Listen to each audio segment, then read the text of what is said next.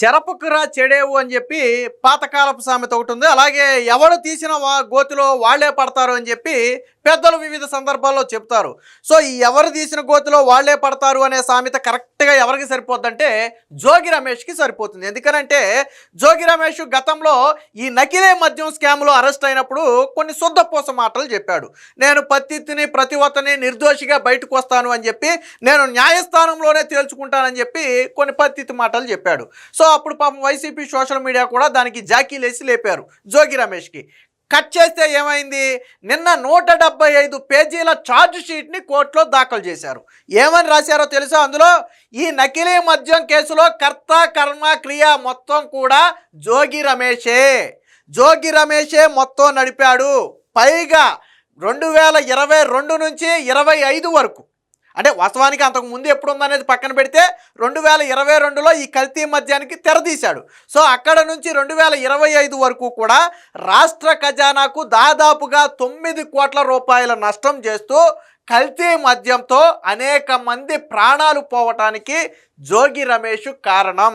ఈ కల్తీ మద్యానికి పునాది ఎక్కడ పడిందో తెలుసా, బెంగుళూరులో పడింది. ఒక బెంగుళూరుకి చెందిన, గోవాలో పడింది, అసలు పునాది గోవాలో పడింది. బెంగుళూరుకి చెందిన ఒక నకిలీ మద్యం ఎక్స్పర్టు ఆ మనోడితో కలిసి అప్పట్లో మొత్తం బయట వెళ్ళినటువంటి అద్దేపల్లి జనార్దన్, బెంగుళూరుకి చెందినటువంటి ఒక వ్యక్తి, జోగి రమేష్, ముగ్గురు కలిసి గోవాలో కూర్చుని దీనికి స్కెచ్ చేశారు.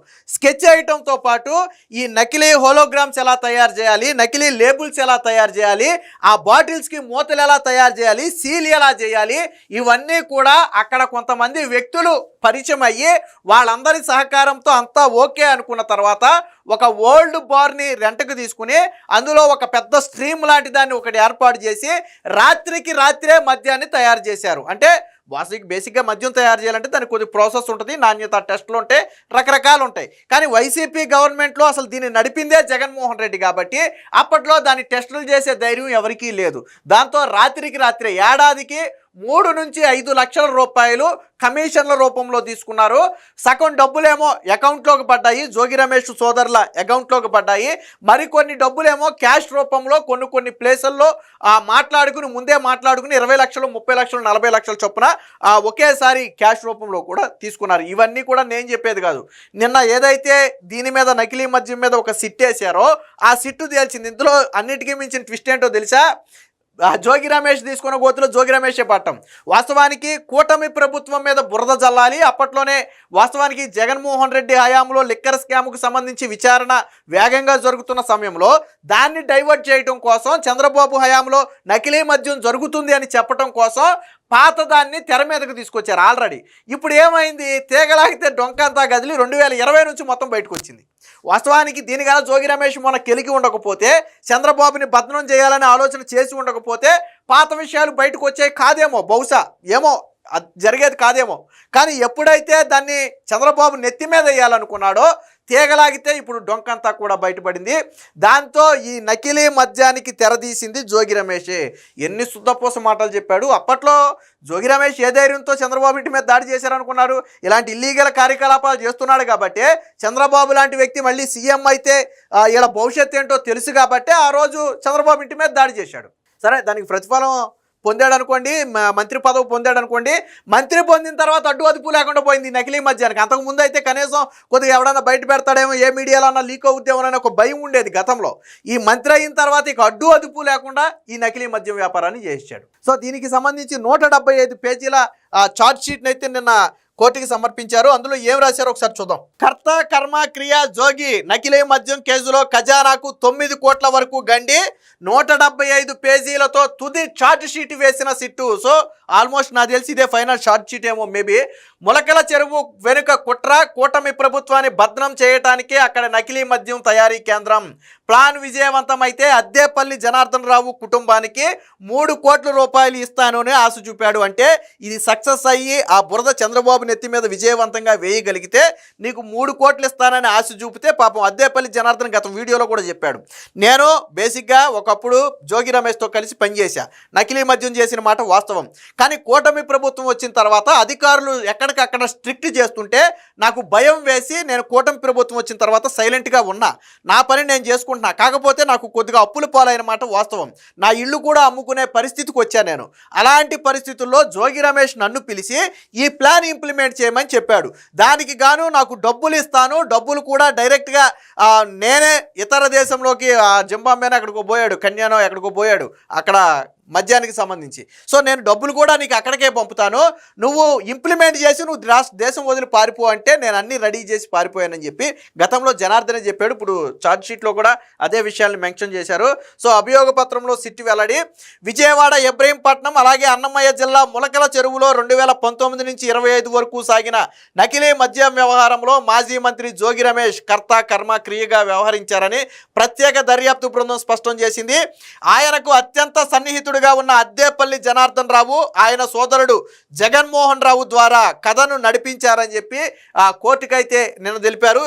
అందులో ఏం రాశారో కూడా ఒకసారి చూద్దాం. నకిలీ మద్యం కేసులో దర్యాప్తు పూర్తి కావడంతో 4 రోజుల క్రితమే తుది ఛార్జ్ షీట్ అయితే దాఖలు చేసింది. దీనికి సంబంధించి మొత్తంగా 175 పేజీల ఛార్జ్ షీట్ అయితే వేశారు. ఇందులో నకిలీ మద్యం ఎలా తయారైంది, ఎక్కడి నుంచి ఎక్కడికి వెళ్ళింది, ఎవరెవరు ఎలాంటి పాత్ర పోషించారో సిట్ అధికారులు అన్ని కూడా పోసగుచ్చినట్టుగా అందులో వివరించారు.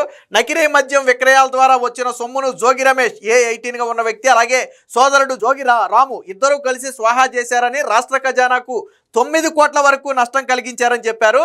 నకిలీ మద్యం సిండికేట్ ద్వారా జోగి బ్రదర్స్ ప్రతి నెల 3 నుంచి 5 లక్షల రూపాయలు ముడుపులు అందాయని తెలిపారు. ఈ చెల్లింపులన్నీ కొన్నిసార్లు ఖాతాలకు బదిలీ అయితే మరి కొన్నిసార్లు మాత్రం ఒక నిర్దిష్ట ప్రదేశాన్ని ఎంపిక చేసుకుని అక్కడ తీసుకునేవాళ్ళు. గుడ్డగాసి కూటమి ప్రభుత్వంపై వేయటానికి జోగి రమేష్ కుట్ర పన్నారని, ములకల చెరువులో నకిలీ మద్యం తయారీకి పునాది వేయటం వెనక అసలు కారణం అదేనని చెప్పి తేలింది. ములకల చెరువులో పెద్ద కల్తీ మద్యం కేంద్రాన్ని ఏర్పాటు చేసి అలజడి సృష్టించాలనేది వాళ్ళ ప్లాను. సో ఇందుకోసం పాత ఆర్కే దాబాను అడ్డాగా మార్చుకున్నారు. తన స్నేహితుడు అద్దేపల్లి జనార్దన్ రావుని దానికి ఉసుగొల్పాడు. ప్లాన్ విజయవంతమైతే ఆ జనార్దన్ రావు కుటుంబానికి 3 కోట్ల రూపాయలు ఇస్తానని చెప్పి, అంటే ఎంత దోచేస్తే 3 కోట్లు ఇస్తానన్నాడు మీరే ఆలోచించండి. సో గోవా బీచ్లో డీలు. అసలు ఈ జోగి రమేష్ ఈ నకిలీ మద్యం మొత్తానికి ఎక్కడ పునాది పడిందంటే గోవాలో పడింది. నకిలీ మద్యం తయారీ డీల్ మొత్తం గోవా బీచ్లో కుదిరిందని, దీనికి కింగ్ పిన్ ఒక బెంగళూరు వాసి అని పేర్కొన్నారు. 2022 డిసెంబర్లో అద్దేపల్లి జనార్దన్ రావు గోవా పర్యటనకు వెళ్ళినప్పుడు అక్కడ బెంగళూరుకు చెందిన డిస్టిలరీ నిపుణుడైనటువంటి నాగరాజు బాలాజీ అనే ఒక వ్యక్తి పరిచయం అయ్యాడు. రెక్టిఫైడ్ స్పిరిట్, కార్మెల్లు, కలరింగ్ ఏజెంట్లు, ఇతర రసాయనాలు ఉపయోగించి బ్రాండెడ్ మద్యాన్ని పోలిన నకిలీ మద్యం ఎలా తయారు చేయాలో అన్ని ఫార్ములాలు కూడా గోవాలోనే వివరించాడు. సో ఆ మద్యం సీసాలపై అతికించే భద్రతా ప్రమాణాలు కలిగిన హోలోగ్రామ్స్ను తానే సరఫరా చేస్తానని కూడా అప్పట్లో డీల్ కుదుర్చుకున్నాడు. దీని ప్రకారమే ఇబ్రహీంపట్నంలోని పాత బార్ గోడౌన్లో పెద్ద స్టెయిన్లెస్ స్టీల్ వాటర్ ట్యాంకును ఏర్పాటు చేసి 1000 లీటర్ల స్పిరిట్ మద్యాన్ని తయారు చేశారు. దాదాపుగా లీటర్ స్పిరిట్కు 1.15 లీటర్ల నీరు అలాగే ఇతర పదార్థాలు కలిపి రాత్రికి రాత్రే ఈ మద్యాన్ని కూడా మొత్తం తయారు చేసేవాళ్ళని చెప్పారు.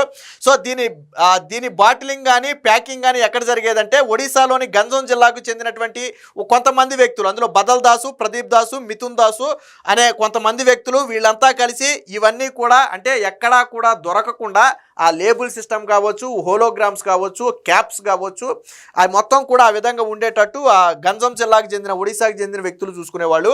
సో ఇందులో ఎవరు నిందితులుగా ఉన్నారు అంటే అద్దేపల్లి జనార్దన్ రావు, అంటే ఎవరైతే మొన్న దొరికిన వ్యక్తుల్లో కీలక వ్యక్తి, ఈ అసలు విషయాలు దొరకగానే బయటకు ఒప్పుకున్న వ్యక్తి ఉన్నాడు, అతను A1గా ఉన్నాడు. తర్వాత అతని సోదరుడు A2గా ఉన్నాడు. నాగరాజు బాలాజీ అంటే ఇప్పుడు బెంగళూరులో ఎవరైతే స్పిరిట్ చెందినటువంటి కింగ్ పిన్గా ఉన్నటువంటి, ఎవరైతే డిస్టిలరీ కింగ్ పిన్గా ఉన్నటువంటి వ్యక్తి అనుకున్నామో ఆ వ్యక్తి ఉన్నాడు. ఇక మిగతా వాళ్ళు ఇక ఇందులో ప్రధానంగా జోగితో పాటు జోగి A18గా ఉంటే జోగి రాము మాత్రం A19గా ఉన్నాడు. మొత్తంగా A25 వరకు మొత్తం 25 మందిని అయితే ఆ ఛార్జ్ షీట్లో వీళ్ళ పేర్లు అయితే వేయడం జరిగింది. సో ఫైనల్ ఛార్జ్ షీట్ సమర్పించిన నేపథ్యంలో ఇప్పుడు కేసు మరింత రసవత్తంగా మారనుంది. సో మరి దీని మీద వీళ్ళు వాస్తవానికి హైకోర్టుకి వెళ్తారా, అప్పీల్ చేసుకుంటారంటే కింది కోర్టులో వచ్చే తీర్పును బట్టి పైకోర్టుకి వెళ్ళే అవకాశం అయితే ఉంది.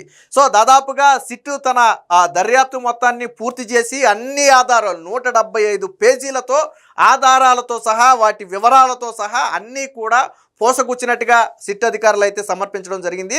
సో దీని మీద కోర్టు ఒక నిర్ణయం గన తీసుకుంటే ఖచ్చితంగా ఎవరైతే జోగి రమేష్ సోదరుడు ఉన్నారో వీళ్ళు జైలుకి వెళ్ళటం ఖాయం. ముఖ్యంగా కర్త కర్మ క్రియగా సిట్టు కూడా జోగి రమేష్నే పేర్కొన్న నేపథ్యంలో జోగి రమేష్కి అయితే గడ్డు కాలం ముందున్నట్టుగా తెలుస్తుంది. మొత్తంగా చంద్రబాబు మీద బురద జల్లాలి అని చేసినటువంటి ప్రయత్నం, చంద్రబాబుని పడేయాలని తీసినటువంటి గొయ్య ఈరోజు జోగి రమేష్కి జైలు శిక్షకు దారి తీసింది. వాస్తవానికి ఆ రోజు చంద్రబాబు మీద బురద జల్లాలి అనే ఆలోచన వచ్చి ఉండకపోతే ఈరోజు జోగి రమేష్ బహుశా ఈ బయటకు వచ్చేది కాదు. ఎందుకంటే అద్దేపల్లి జనార్దన్ క్లియర్గా చెప్పాడు, కూటమి ప్రభుత్వం వచ్చిన తర్వాత మొట్టమొదటిగా ఈ మద్యం మీదే దృష్టి పెట్టారు కాబట్టి నేను సైడ్ అయిపోయాను, ఇబ్బంది పడతామని తెలిసే నేను తప్పుకున్నాను, ఎవరూ సహకరించే పరిస్థితి లేదని అర్థమైంది అని స్వయంగా అద్దేపల్లి జనార్దనే చెప్పాడు. కాబట్టి బహుశా బయటకు వచ్చేది కాదేమో, ఏమో ఏం జరుగునో. కానీ ఎప్పుడైతే చంద్రబాబు మీద నింద వేయాలి అనే ప్రయత్నం చేసి, నేను మొదట్లో ఒక సామెత చెప్పా, చెరపకురా చెడేవు అని చెప్పి, ఒక వ్యక్తిని మనం నవ్వులు పాలు చేయాలని చూసినా, ఒక వ్యక్తి వ్యక్తిత్వం మీద మనం దాడి చేయాలని చూసినా అది రివర్స్లో మనకే తగులుతుంది. కర్మ అనేది వదిలిపెట్ట చూశారు, కర్మ అనేది ఒకటి ఉంటుందని ఒక సామెత ఉంది. సో అది ఈరోజు జోగి రమేష్కి ఆ రోజు చంద్రబాబు ఇంటి మీద దాడి చేయడమే కాకుండా లకారంలో ఇష్టం వచ్చిన మాటలు మాట్లాడి ఈరోజు అడ్డంగా దొరికిపోయాడు. నాడు చేసిన పాపాలు ఈరోజు బయటపడ్డాయి. ఆ బయటపడటానికి గొయ్యి కూడా జోగి రమేషే తీసుకున్నాడు. చంద్రబాబు మీద బురద జల్లాలి అనే ఆలోచన రావటమే ఈరోజు జోగి రమేష్ పతనానికి ప్రధాన కారణం. ఏది ఏమైనా మొత్తంగా మరి జగన్మోహన్ రెడ్డి నోరెప్పాల, చీమ చిట్టుకుమంటే వచ్చి ప్రెస్ మీట్ పెట్టే జగన్మోహన్ రెడ్డి జోగి రమేష్ మీద సిట్టు వేసింది కదా, ఛార్జ్ షీట్ వేసింది కదా, జోగి రమేష్ మొత్తానికి కర్త కర్మ క్రియ 9 కోట్లు నష్టం చేశాడని కూడా చెప్పింది కదా. ఇప్పుడు జగన్మోహన్ రెడ్డి ప్రెస్ మీట్ పెట్టి చెప్పాలి మరి ఏం సమాధానం చెప్తాడు.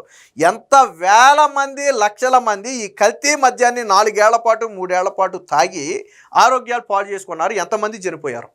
వీళ్ళు తాగరు, ఎలాగా వీళ్ళు తయారు చేసింది వీళ్ళు తాగరు. వీళ్ళకి ఎదుటి వ్యక్తులు ప్రాణాలంటే లెక్కలేదు, దాచుకోవాలి అంతే.